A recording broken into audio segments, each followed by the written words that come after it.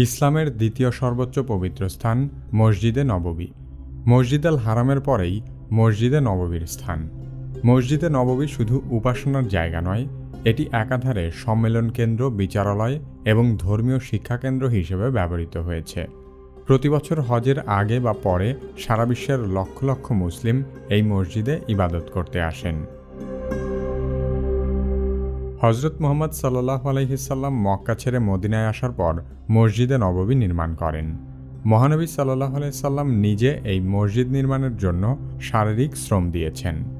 সর্বপ্রথম নির্মিত মসজিদে নববীর দৈর্ঘ্য ছিল ১১৭ ফুট এবং প্রস্থ ছিল ১০০ ফুট।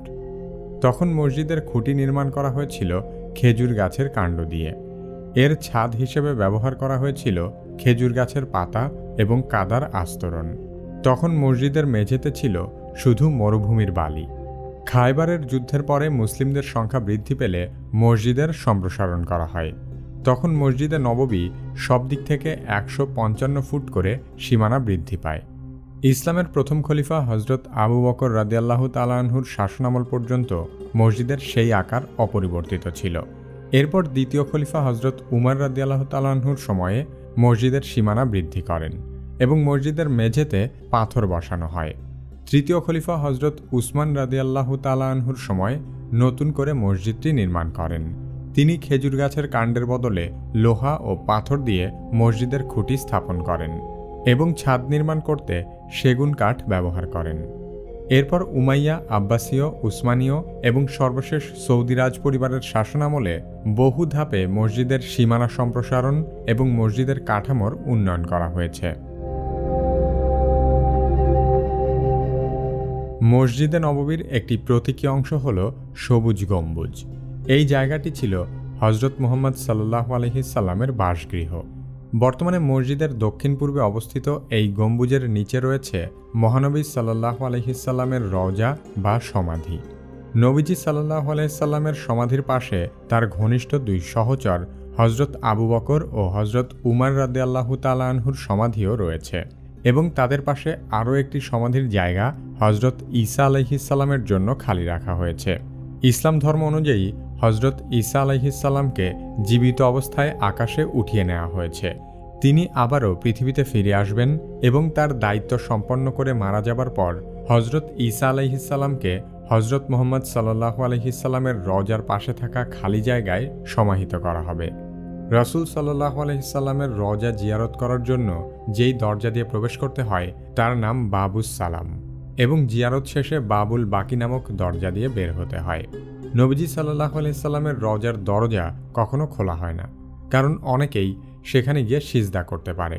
ইসলামে আল্লাহ ছাড়া অন্য কাউকে সিজদা করা জায়েজ নেই। মহানবী সাল্লাল্লাহু আলাইহি সাল্লামের রওজা থেকে মসজিদে নববীর মিম্বার পর্যন্ত বিস্তৃত জায়গাটিকে বলা হয় রিয়াদুল জান্নাহ, যার অর্থ জান্নাতের বাগান। এই জায়গার মধ্যে নামাজ আদায় করা জান্নাতের বাগানে নামাজ আদায় করার শামিল। রিয়াদুল জান্নার মধ্যে থেকে কোনো দোয়া করা হলে তা অবশ্যই আল্লাহর দরবারে গৃহীত হয়। হজের সময় আগত সকল মুসল্লিরা এই জায়গায় নামাজ আদায় করতে চায়, কিন্তু এই জায়গায় নামাজ আদায় করা খুব সহজ নয়, কারণ এখানে জায়গা পাওয়ার জন্য মুসল্লিদের মধ্যে এক ধরনের প্রতিযোগিতা দেখা যায়।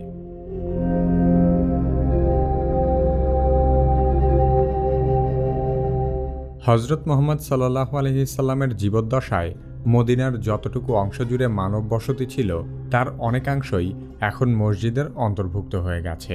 এর প্রমাণ হিসেবে বলা যায়, অতীতে মদিনা জনবসতির একেবারে শেষ প্রান্তে ছিল জান্নাতুল বাকি কবরস্থান, আর বর্তমানে জান্নাতুল বাকি মসজিদে নববীর প্রাঙ্গণের পাশেই অবস্থিত। জান্নাতুল বাকি কবরস্থানে মহানবী সাল্লাল্লাহু আলাইহি সাল্লামের স্ত্রী, আত্মীয়স্বজন সহ বেশ কয়েক হাজার সাহাবীর কবর রয়েছে। বর্তমান সময়ে মসজিদে নববী এর প্রতিষ্ঠাকালীন সময়ের আয়তনের চেয়ে ১০০ গুণেরও বড়। মসজিদে নববীতে প্রায় ৬ লক্ষ লোক একসাথে নামাজ আদায় করতে পারেন। তবে হজের মৌসুমে প্রায় ১০ লক্ষেরও বেশি লোক এই মসজিদ প্রাঙ্গণে জমায়েত হতে পারে। অতীতে এই মসজিদ ছিল ইসলামী জ্ঞানচর্চার প্রধান কেন্দ্র। মসজিদে সবসময় একদল সাহাবী বসবাস করত। তাদেরকে বলা হতো আসহাবে সুফফা। তারা ইসলামের জ্ঞান অর্জনের জন্য নিজেদের জীবন উৎসর্গ করেছিলেন। পরবর্তীতে তাদের কাছ থেকেই বহু সংখ্যক হাদিস সংগ্রহ করা হয়েছে। মসজিদে নববীর পরেই ইসলাম ধর্মের তৃতীয় পবিত্রতম স্থান মসজিদ আল আকসা। জেরুজালেমে থাকা পবিত্র মসজিদ আল আকসা সম্পর্কে জানতে চাইলে কি কেন কিভাবে এই ভিডিওটি দেখতে পারেন। কি কেন কিভাবে চ্যানেলের ভিডিও যদি আপনার ভালো লেগে থাকে তাহলে বেশি বেশি শেয়ার করে অন্যদেরও দেখার সুযোগ করে দিন। পরবর্তী ভিডিও আপলোড হওয়ার সাথে সাথে দেখতে চাইলে কি কেন কিভাবে সাবস্ক্রাইব করে বেল আইকনটিতে ক্লিক করুন।